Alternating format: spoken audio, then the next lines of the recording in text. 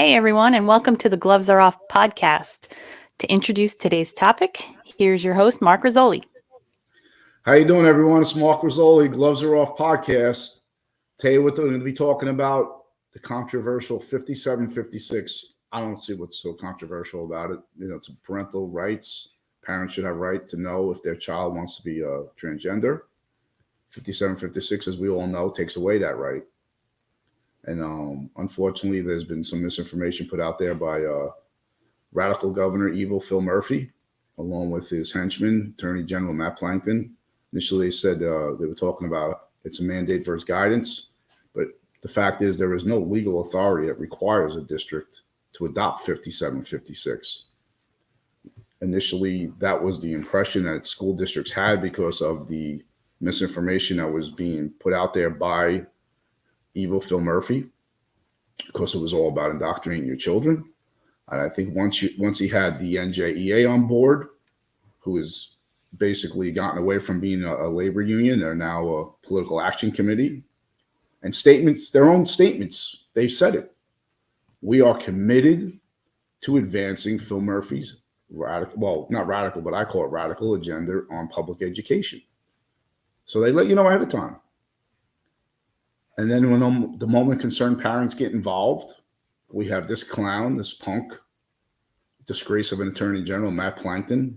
He's actually worse, I think, than Gabir Graywall was, who then started to intimidate parents, as well as the NJEA, whether it's calling parents, domestic terrorists, extremists, MAGA parents.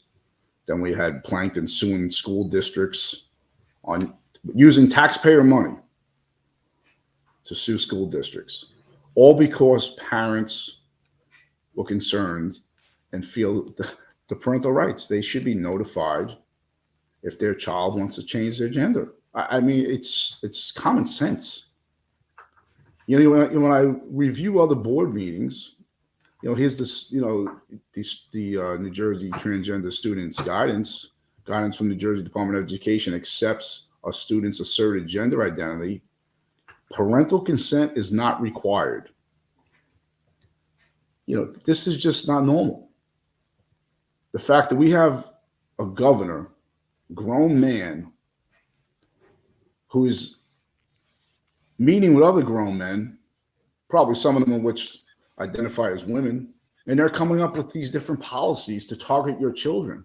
Should be disturbing. I know mothers out there, right? The mama bears are engaged. Where are all you dads? Are you really succumbing to the woke culture, the cancel culture? Don't be worried about what these clowns call you on social media. They hide behind a keyboard. Don't be afraid of the NJEA. No one's going to blackball you from your job. You have a responsibility to protect your children. We all have that responsibility. That's right. I have some piece of the guidance that I can read to you right now. This is a student-centered approach. It talks about how a school district shall accept a student's asserted gender identity and parental consent is not required. And further, a student need not meet any threshold diagnosis or treatment requirements to have his or her gender identity recognized and respected by the school. This comes right from New Jersey. There may be instances where a parent or a guardian of a minor disagrees with the student regarding the name and pronoun to be used at school and in the student's education records, but a parent or a guardian can object to the minor student's name change request. But in that case, the school district should then consult their board attorney. What do you have to say? Well, the fact that you don't need parental consent, I'm going to keep getting back to it.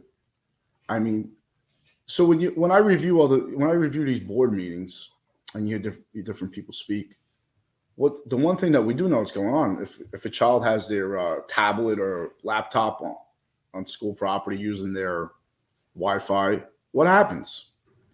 You don't have access to all different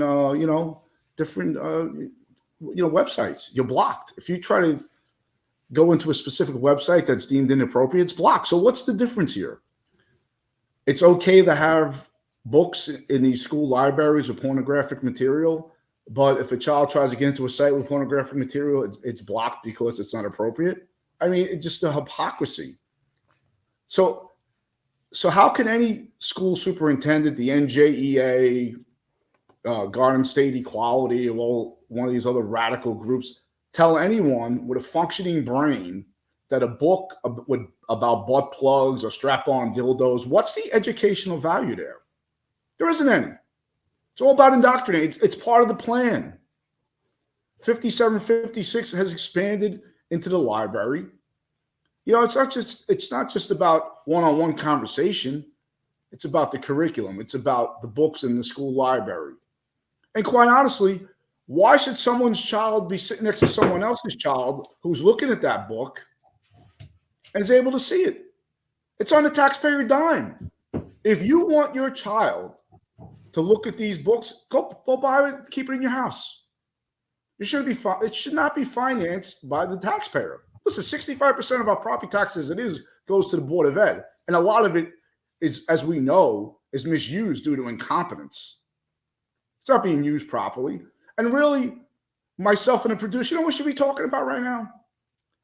How can money be used to address the learning loss that all of our children, that your children suffered through the unconstitutional lockdowns that weren't necessary, right?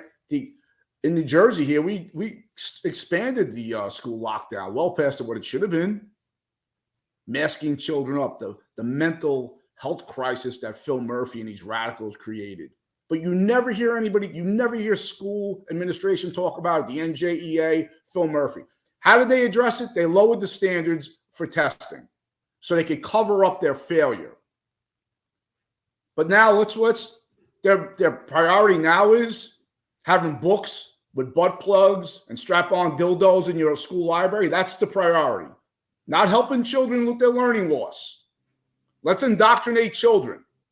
Let's sneak children around and get sex changes. We're now a sanctuary state for child mutilation. All right. That brings us to the confidentiality part of 5756, which reads, school district personnel should have an open but confidential discussion with the student to determine the student's preference on matters such as chosen name, chosen pronoun to use, and how much parental communication they want to have. School districts shall issue school documentation for a transgender student, such as student identification cards, and this is going to be in the name chosen by the student. A transgender student shall be allowed to dress in accordance with the student's gender identity, and again, parents need not know about any of this. What do you have to say about that? Well, what I really want to say, I'm not going to say. Speechless. Let's be polite today about that one. All right, that really, I mean, parents out there, you should be really pissed off when you read something like that.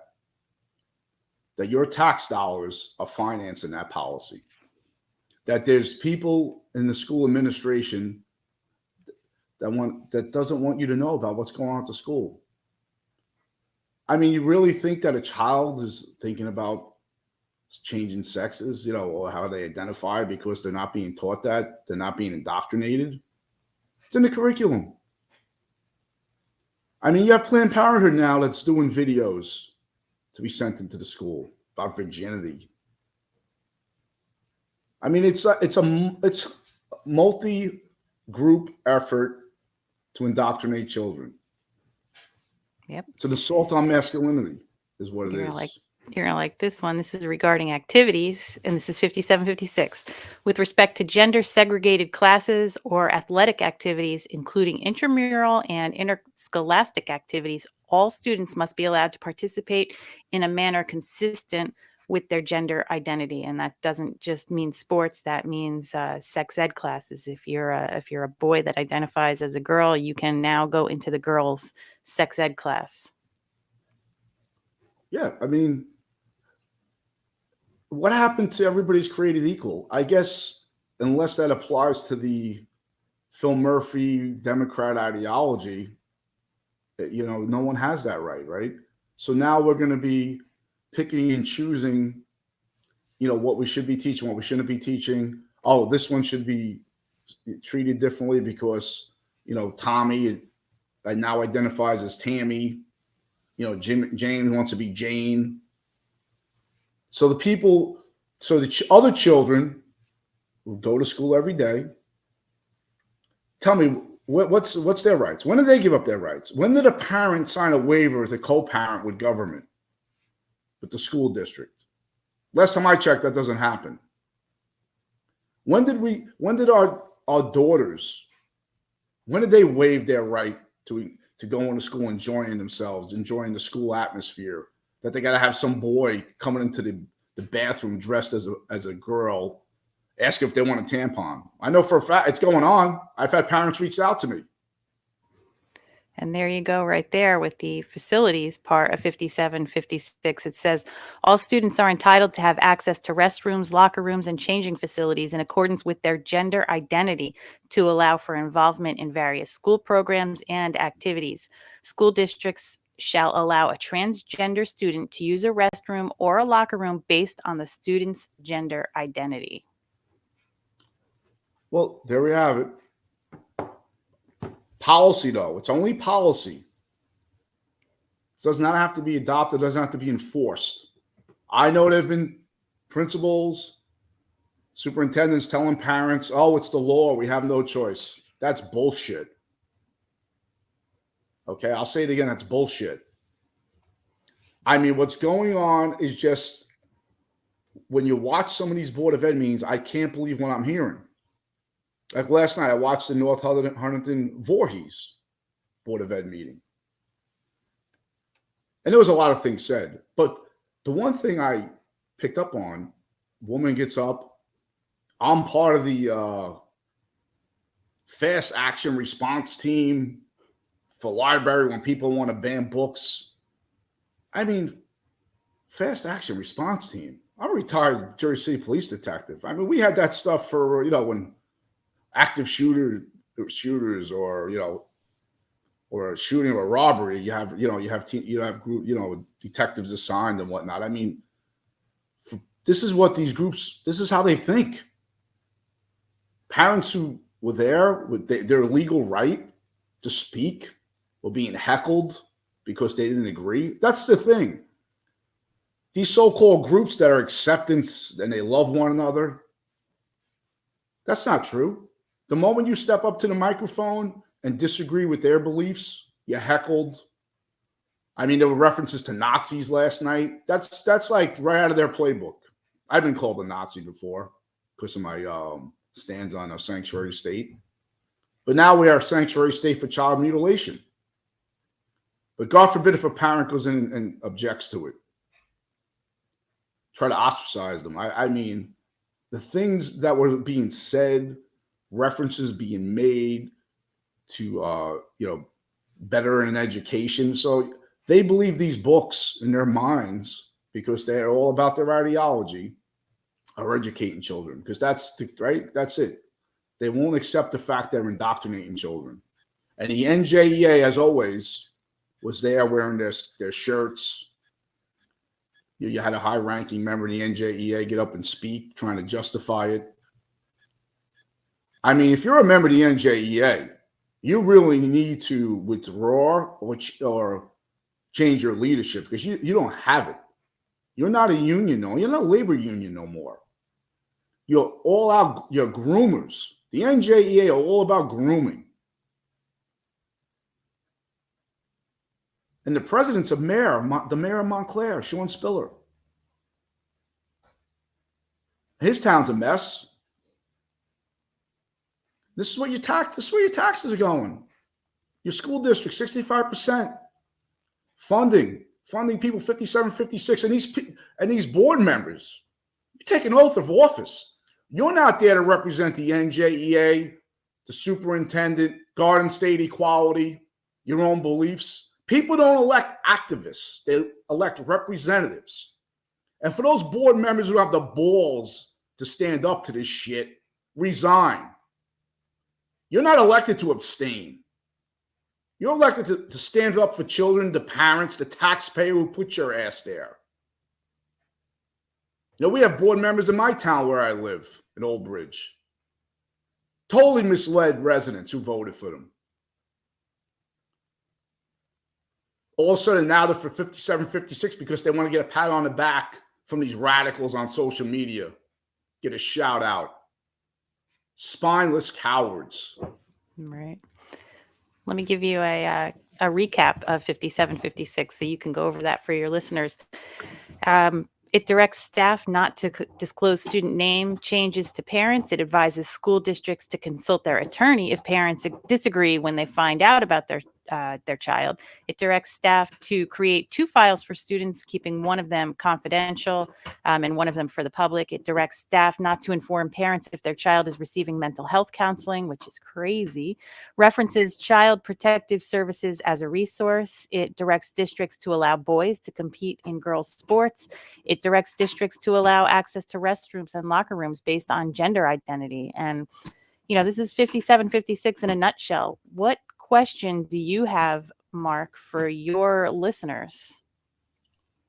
Yeah, for the parents out there, do you think this is a good thing for your child's education?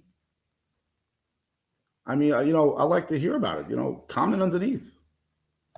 I mean, they're not prioritizing addressing the learning loss, and we know it. How many parents out there? Your children right now are struggling, math, science, reading, because of all the time they lost in person learning. And what did the NJEA do about it? They worked hand in hand with the governor's office, with local school districts, because they like getting that paycheck sitting home. Right? The one thing we learned during the lockdown, you learned what your child was reading, what was being taught. And it really alerted a lot of parents. But now you need to ask yourself, do you think this is going to help your child's education? We want to hear about it. Send us your response. I mean, do you think 57, 56 is good for your child? Do you think books in the school library about butt plugs and strap-on dildos, you think that's furthering your child's education? Listen, we're fair here. We hear from everybody. People who support books like that. You radicals who think it's okay to target other people's children, please answer.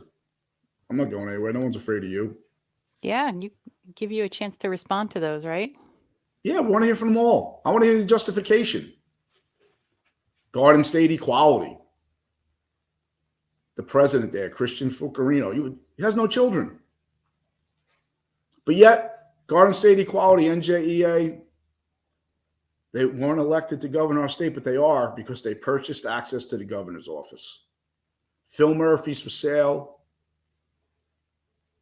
Now we have his wife running for U.S. Senate. Could you imagine? It's the last thing we need. Another whack job in D.C. But she'll fit right in with the swamp. Murphy's a swamp creatures. Right. So what do you want to say to wrap up your episode? Listen, stay informed and definitely get involved. I want to see more dads at Board of Ed meetings. I mean, it's time to step up. Your children are being targeted for indoctrination. Do you want your daughters to have to compete against boys dressed as girls who identify as girls? It's unfair. I know the mama bears are already engaged, so I don't have to worry about them. I want to see dads get more involved. So keep informed and definitely get involved. And until next time, thanks for tuning in. This is Mark Razzoli for the Gloves Are Off podcast.